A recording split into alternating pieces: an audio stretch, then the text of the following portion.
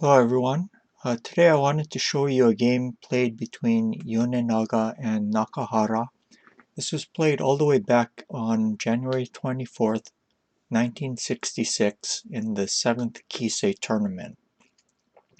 At the time, Yonenaga was 5 dan, while Nakahara was only 4 dan, and this is close to the beginning of a lifelong rivalry. At his height, Yonenaga became a 4-crown champion and Nakahara a 5-crown. The strongest player of his generation and the successor to the great Oyama.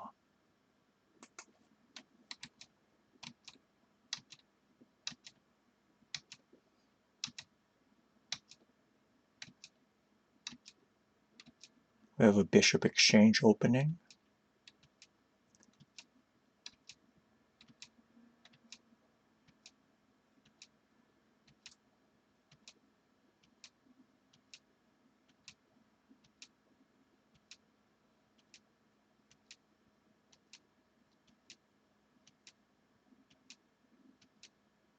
And Yonenaga chose to play a right side king rather than going into reclining silvers.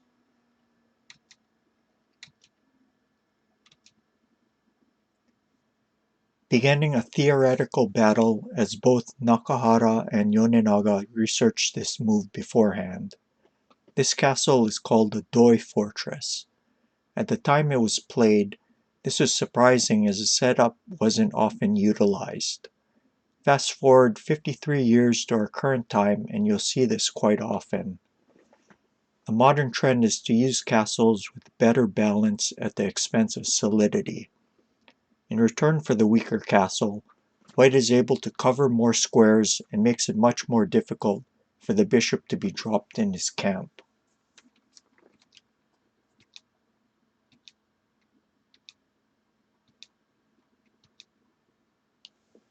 This silver retreat makes room for the knight to be developed on 3-3. This is another benefit of castles with good balance. Preparing 9-9 rook with an edge attack.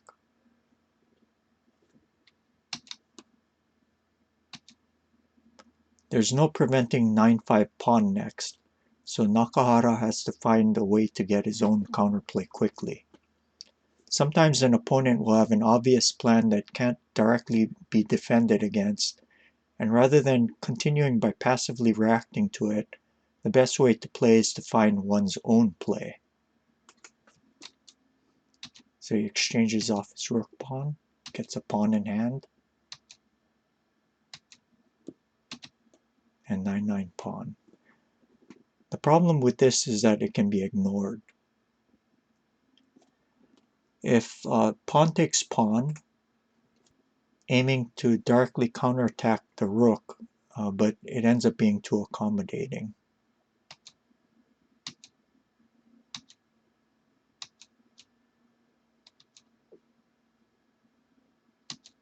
Misplacing the gold. Black is starting to get play. Instead of that, Nakahara played 6-5 pawn, sacrificing a pawn to get a knight in hand.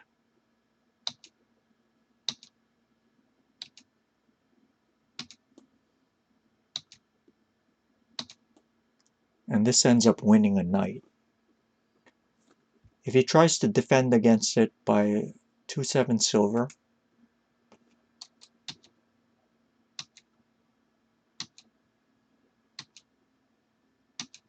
this is very strong for white. So he took the pawn.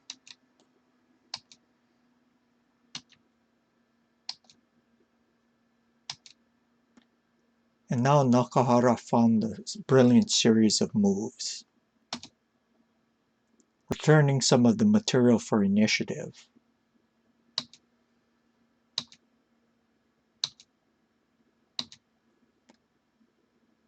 So Nakahara furthers his attack while making his king safer, winning the fight at the heads of the kings.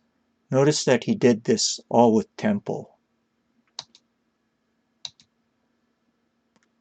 The gold on 5-8 is pinned and there's increased pressure on 8-7 and 4-7.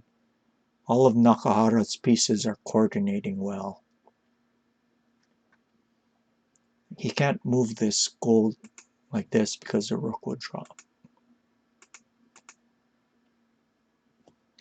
So he moved the other gold instead.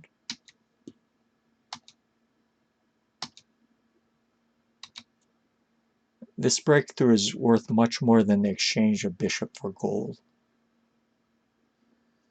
The threat is for him to just take the lance. I'll just pass a move to show it. Okay, now he threatens 4-7 gold, so he has to block it. And he just closes in on the king. This is very good for white.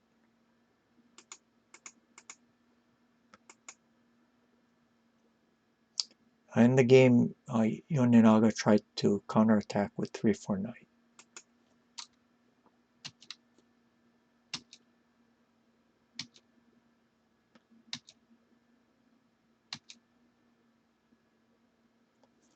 If the gold takes,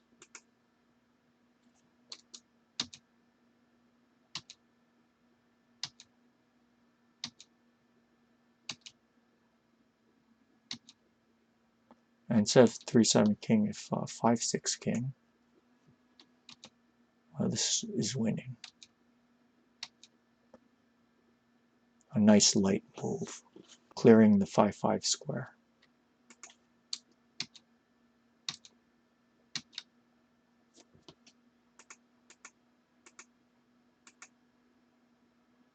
If 3-7 king,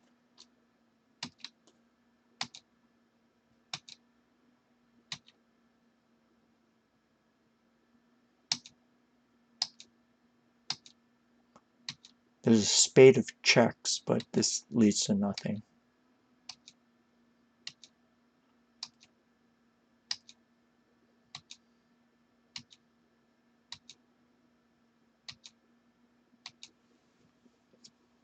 White is winning. Instead of 1-6 knight, 2-9 knight, just 4-6 gold.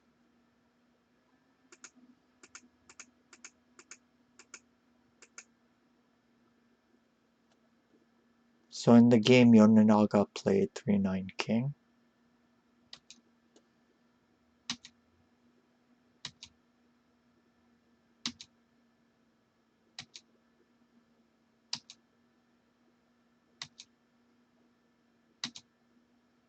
And after this, Yonenaga resigned. There's a threat mate starting with 1-9 dragon. Pass a move just to show it.